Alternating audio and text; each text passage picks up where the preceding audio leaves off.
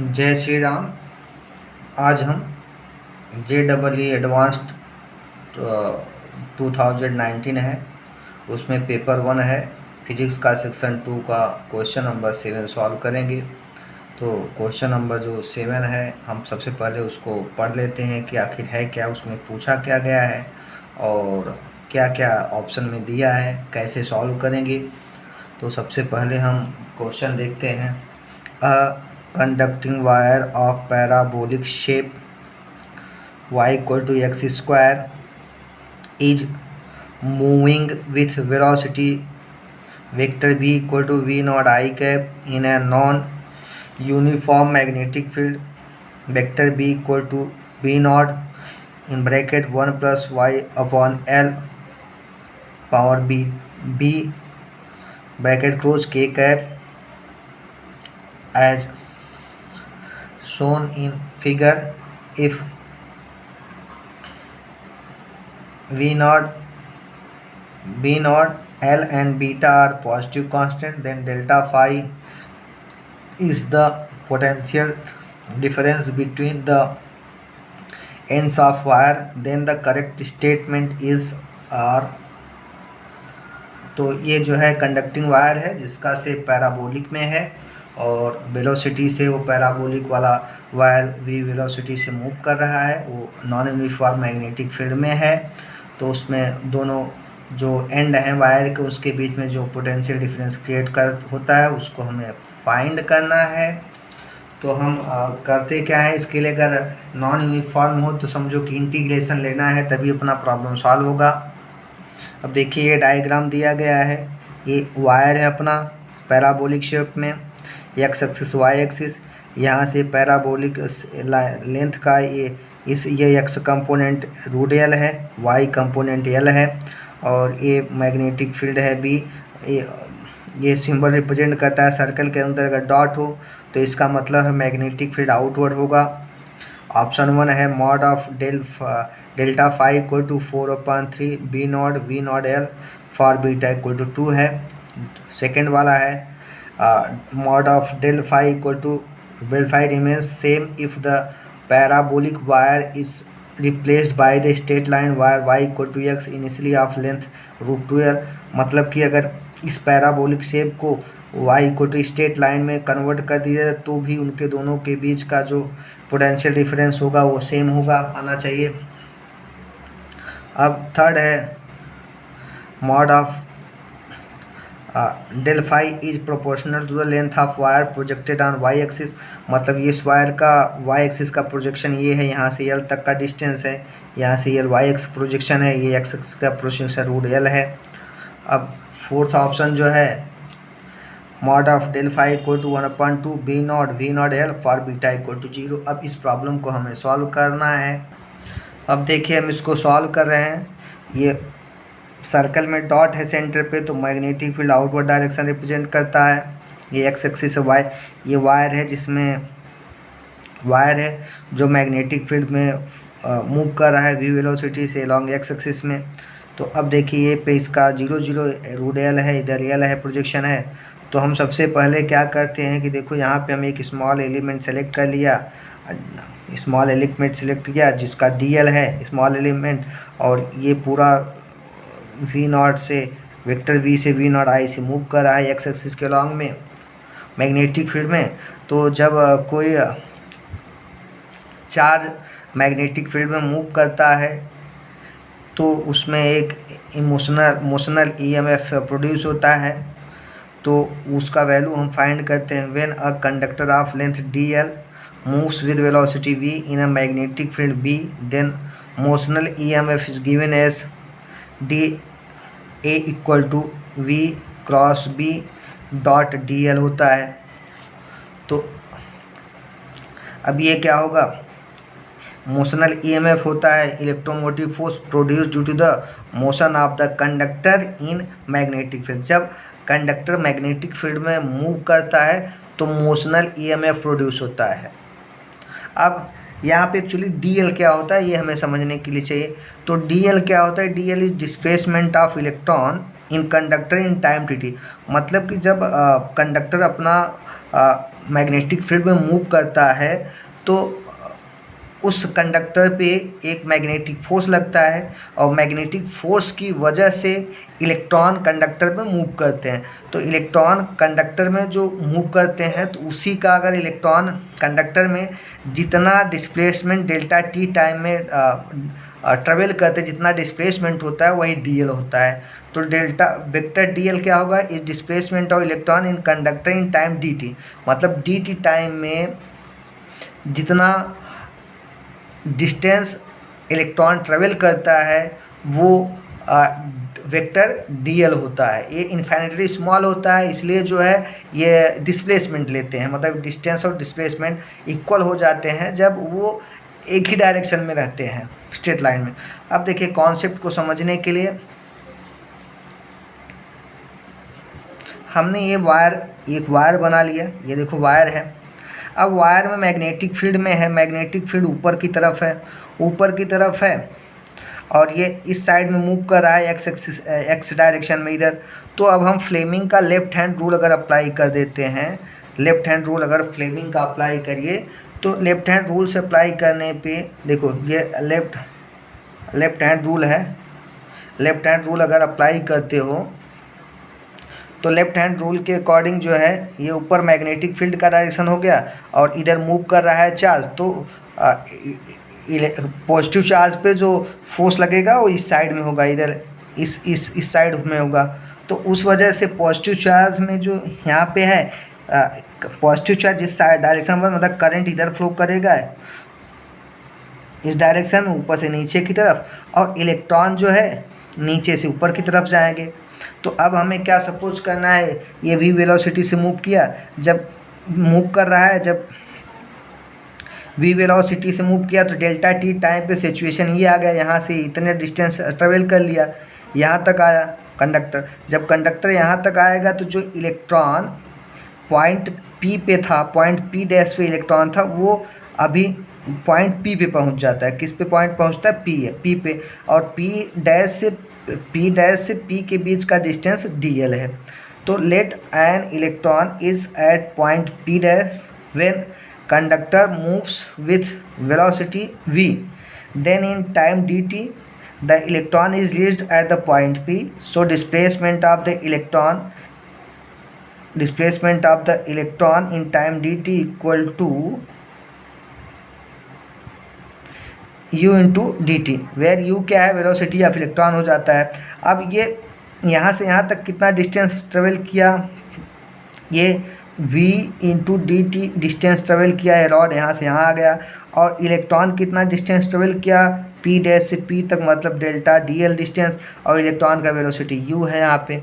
अब तो हमें ये कंफर्म हो गया कि ये जो डिस्प्लेसमेंट ऑफ इलेक्ट्रॉन है p से p डैश तक। अब हम फिर इस पे इक्वेशन पे आते हैं। ये हमारा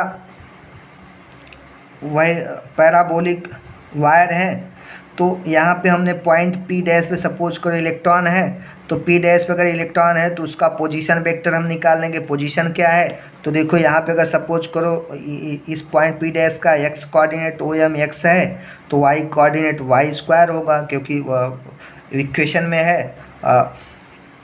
ये अपना x स्क्वायर होगा, y की वैल्यू x स्क्वायर होगा। तो let OM equal to x है, देन ON की वैल्यू क्या होगा, P dash m x square, और since y equal to x square है, so coordinate of P dash क्या होगा, x स्क्वायर होगा। तो पोजीशन वेक्टर L क्या होगा, x i cap plus x square j cap हो जाएगा। तो जो पॉइंट P डैश पे जो इलेक्ट्रॉन था उसका पोजीशन वेक्टर होगा vector L x i cap plus x square j cap हो जाता है। अब इसके बाद यहाँ से P डैश पे चला जाएगा, तो P डैश पे चला जाएगा तो डिस्प्लेसमेंट क्या होगा, इसका डेरिवेशन निकाल लेंगे तो वो डिस्प्लेसमेंट आ जाता है। अब देखिए तो डिस्प्लेसमेंट L क्या होगा, x i cap plus y j cap, क्योंकि y की वैल्यू x स्क्वायर था, और infinitesimal displacement of electron from point P dash से P डैश जो डिस्प्लेसमेंट होगा वो dl डेरिवेटिव डिफ्रेंशिएट करेंगे तो vector dl equal dx i cap plus dy j cap हो जाएगा। अब यहाँ पे v क्रॉस b निकाल लेंगे, that is v naught i cap cross v naught 1 in bracket 1 plus Y by L power beta K cap हो गया। तो ये हो गया we naught B naught in bracket 1 plus Y upon L power beta I cross K cap हो गया। अब I cross K cap की वैल्यू होता है माइनस जे कैप। अब ये आ गया minus we naught bracket 1 plus Y by L power b j cap आ गया। तो ये हो गया। अब v cross B dot D l निकालेंगे तो ये हो गया minus we naught B naught in bracket 1 plus Y by L power b j cap dot d x i cap plus d Y j cap. अब देखिए यहाँ से इसका जब मल्टीपल करोगे जे का आई के साथ तो J dot I equal to 0 होता है, J dot J equal to 1 होगा तो ये टर्म अपना 0 हो जाता है। तो बचा क्या minus we naught B naught 1 plus Y upon L power B D Y J dot J. तो जे डॉट जे की वैल्यू 1 होता है, J cap dot equal to 1 होता है। तो ये बचा minus we naught beta 1 plus Y by L power beta D Y बचा। अब तो डी ई की वैल्यू हो गया minus we naught B naught 1 plus Y by L power B into D Y. अब यहाँ हमने इक्वेशन में क्या दिया, प्रॉब्लम में डी को डेल फाई सपोज कर लिया है। तो डेल फाई इक्वल टू होगा इलेक्ट्रोमोटिव फोर्स को डी फाई से रिप्रेजेंट किया तो डी फाई इक्वल टू होगा minus we naught beta 1 plus Y by L power beta D Y. अब फ्लक्स इनिशियली वो वी वेलोसिटी से मूव कर रहा था इसलिए फ्लक्स चेंज होगा φ1 से φ2 इंटीग्रेशन ले लेंगे माइनस वी नॉट और लेंथ चेंज हो रहा है वाई कंपोनेंट का 0 से एल हो रहा है, 0 से एल चेंज हो रहा है लेंथ। वाई कंपोनेंट पे वायर का लेंथ एल है 0 से एल तो वह उसको प्रोजेक्शन भी बोलते हैं, projection on Y axis 1 plus Y by L power B bracket close D Y. तो इसका निकाल लेंगे इंटीग्रेशन वी नॉट इंटीग्रेट 0 से एल, ये 1 है वाई पावर बी अपन एल पावर बी हो गया इंटू डी वाई हो गया। तो φ2 माइनस φ1 इधर इंटीग्रेशन हो जाएगा माइनस वी नॉट इंटीग्रेट 0 से L 1 plus Y power beta upon L power B D Y. तो हो गया माइनस वी नॉट इसका 1 का y हो जाएगा और y पावर बीटा है तो y power beta plus 1 divide beta plus 1 हो गया, y power beta plus 1 divide by l plus l power beta into beta plus 1, lower limit 0 upper limit l आ गया। अब डेल फाई को represent करें φ2 minus φ1 ये आ गया we naught l plus l power beta plus 1 divide by l plus l power beta into beta plus 1 equal to minus we naught l plus इसको l power beta into l करके l divide by L power beta plus 1 तो ये cancel हो गया। अब देखिए del phi की value हो गया minus we naught beta naught L 1 plus 1 upon B plus 1 equal to minus we naught L B plus 1 divide by B plus 1 हो गया। तो डेल फाई की वैल्यू हो गया minus we naught B naught L B plus 2 divide B plus 1 तो हो गया minus we naught B naught L B plus 2 divide B plus 1 हो गया। अब कंडीशन चेक करेंगे व्हेन बी इक्वल टू 2 दिया है तो डेल फाई इक्वल टू हो गया minus we naught B naught L 2 plus 2 divide 2 plus 1 तो हो गया माइनस 4/3 वी नॉट एल। तो इसका मैग्नीट्यूड हो गया मॉड ऑफ डेल फाई तो mod of minus 4/3 V naught B naught L तो ये नेगेटिव साइन हट जाता है तो बढ़ता है 4/3 V naught B naught L. अब इसमें देखिए इस इक्वेशन में हमें मिलता है del magnitude of del phi proportional to L होता है। एल क्या है, projection of wire on the Y axis है। अब नेक्स्ट है बी इक्वल टू 0 रखो, then magnitude of del phi क्या होगा, magnitude of minus we naught B naught L beta plus 2 divide beta plus 1 तो ये हो गया नेगेटिव साइन हट जाता है मॉड लेने पे तो V naught B naught L beta plus 2 divide beta plus 1 और हम बी इक्वल टू 0 रख देते हैं तो होगा mod of del phi equal to V naught B 0 L into 2 तो हो गया 2 वी नॉट बी 0 एल हो गया। अब थर्ड है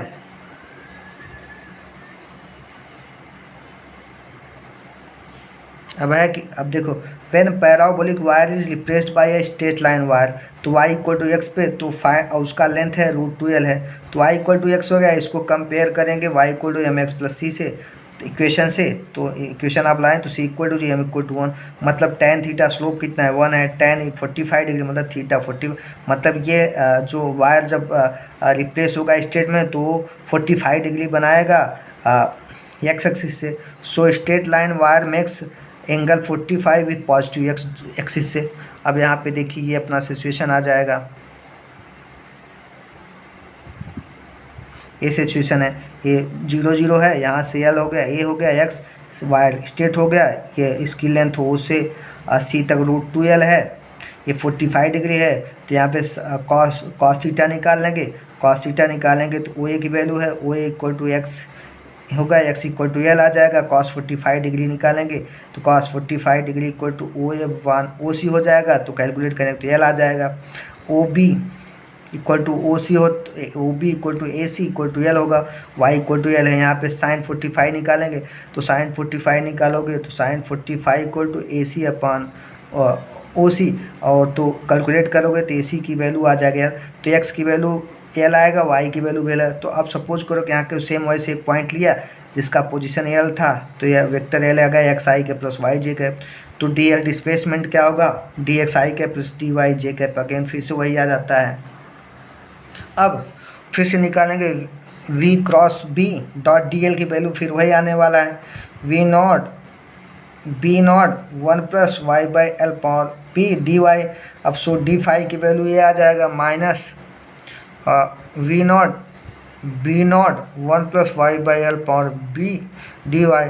तो अब इंटीग्रेशन लेंगे तो 5 2 माइनस 5 1 की वैल्यू आ जाएगा, जिससे पहले हमने निकाला v naught b naught L beta b plus 2 divide by b plus 1, और मॉड ऑफ डेल फाई हो जाएगा v naught b naught L b plus 2 divide b plus 1 आ गया।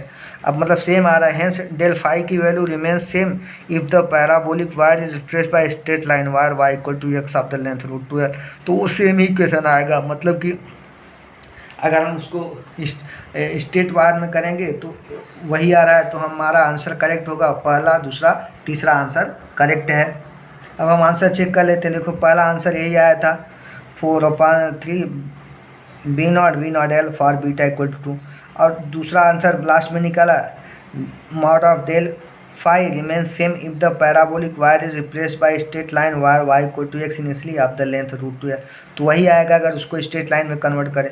तीसरा है mod of del phi is proportional to the length of wire projected on y axis, ये is है sorry हाँ y axis. और यह चौथा फोर्थ है mod of del phi equal to 1/2 V naught L for beta b equal to 0 sorry, तो b equal to 0 पे ये 2 आ रहा था, तो ये आंसर गलत है, इसलिए 1 2 3 2 तीनों सही है। आपने हमें सुना, इसके लिए हम आपके आभारी हैं। जय हिंद, जय भारत।